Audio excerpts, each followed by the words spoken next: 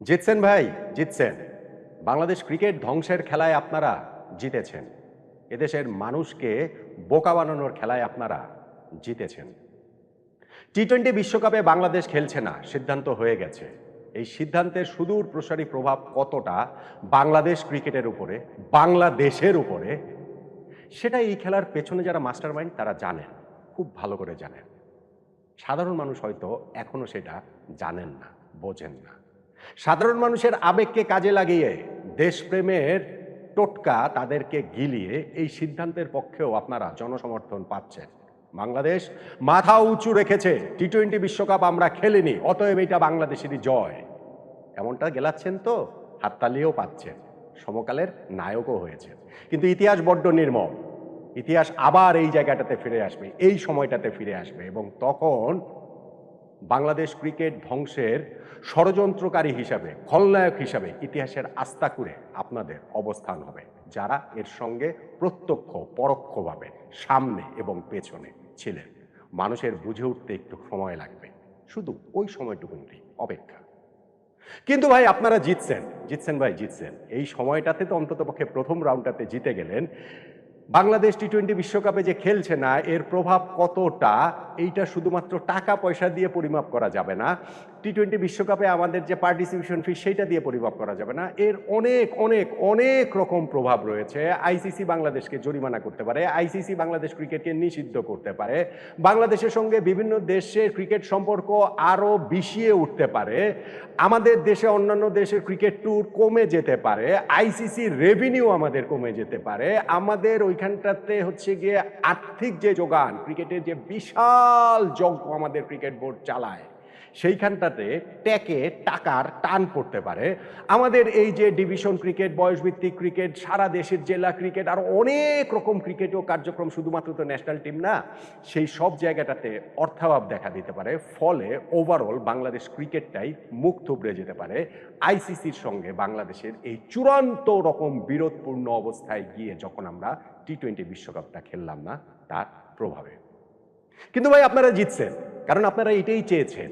আপনারা এই ক্রিকেটটাকেই ধ্বংস করে দিতে চেয়েছেন, এবং সেইটা শুধুমাত্র এই মুস্তাফিজুর রহমানের ইস্যুকে কেন্দ্র করে বাংলাদেশ টি-20 বিশ্বকাপে খেলতে যাবে কি যাবে না, এইখান থেকে শুরু হয়নি। এটা শুরু হয়েছে অনেক আগে থেকে। অনেক আগে থেকেই ফেসবুকে লেখালেখি হয় না, আপনারা দেখেন না যে বাংলাদেশ ক্রিকেট ধ্বংস হয়ে যায়, আমরা বাংলাদেশের ক্রিকেট দেখি না, বাংলাদেশের ক্রিকেট এখন আর ভাল লাগে না, মাঠে আমরা আর যাই না। আপনি অনেক দিন ধরেই, গত প্রায় এই 6 মাস 1 বছর সময় ধরেই আপনি দেখবেন এরকম একটা ক্যাম্পেইন ফেসবুকে চলছে। আমি আমার এই প্ল্যাটফর্ম থেকে অনেকবার বলেছি, এই ঘটনাটা না, আগেও আমি অনেকবার ওয়ার্ন করেছি। এইটা একটা অর্গানাইজড গ্রুপ, যারা চায় বাংলাদেশ থেকে ক্রিকেটটা নাই হয়ে যাক। লাভ এই দেশের মানুষের ঐক্য নষ্ট করা। এই দেশের মানুষ একটা জায়গায় ঐক্যবদ্ধ, সেটা হচ্ছে গিয়ে ক্রিকেট। এইখানটাতে কোনো রাজনৈতিক বিভাজন নেই, এইখানটাতে কোনো সামাজিক অর্থনৈতিক বিভাজন নাই, এইখানটাতে কোনো রকম সাম্প্রদায়িক বিভাজন নাই।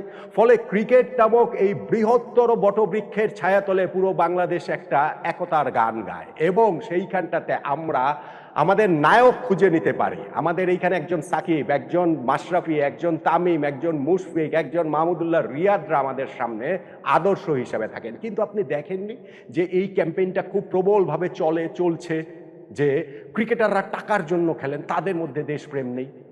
এবং এই যে জিনিসটা, পুরো জিনিসটা অনেক দিন ধরে চলছে।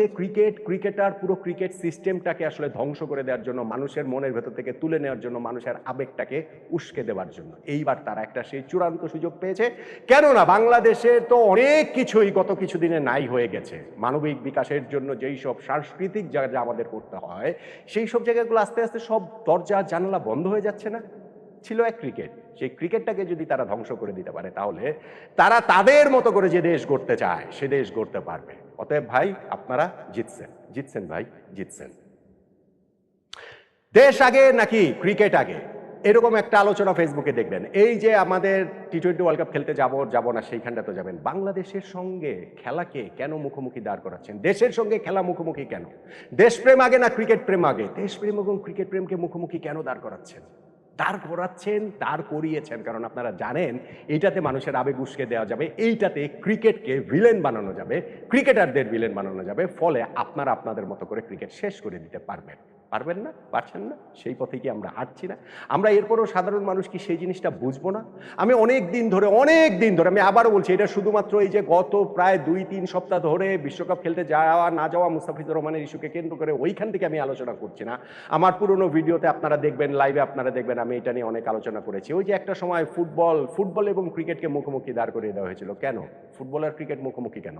হামজা বড় না সাকিব আল হাসান বড়? কেন? তাদের মুখোমুখি দাঁড় করিয়ে দেওয়া হবে কেন?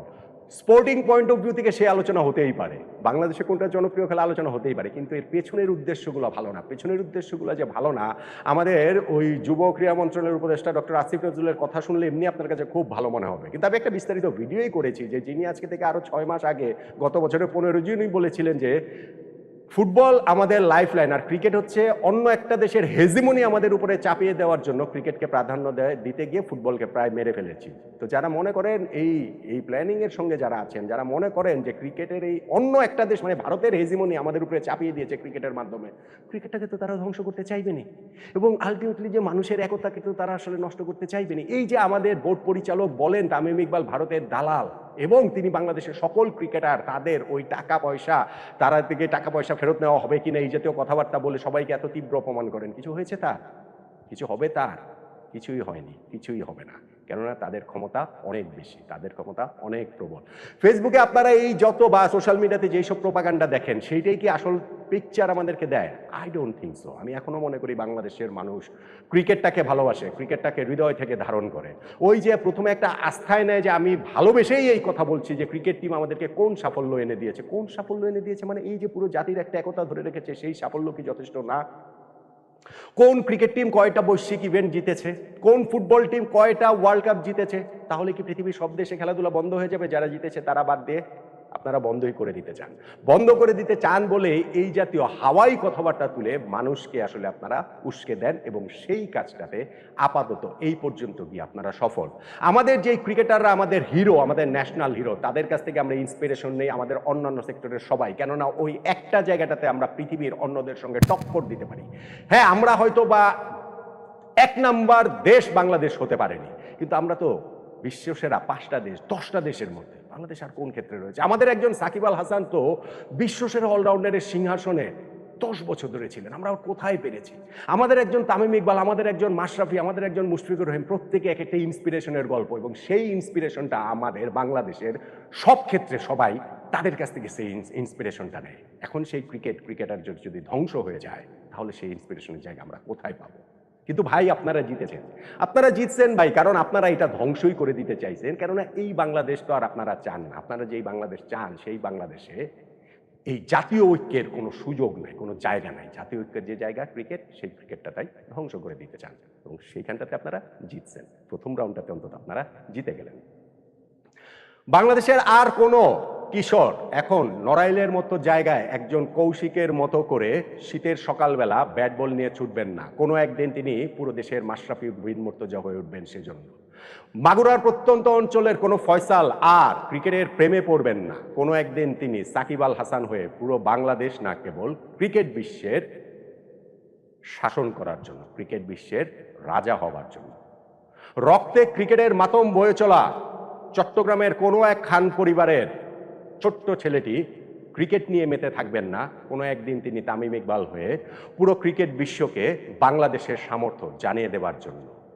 বগুড়ার মাটিটেলার কোনো এক মিতু কখনোই আর তার সারা জীবন সমর্পণ করবেন না ক্রিকেট খেলাটার প্রতি, যেন একদিন তিনি মুশফিকুর রহিম হয়ে উঠতে পারেন।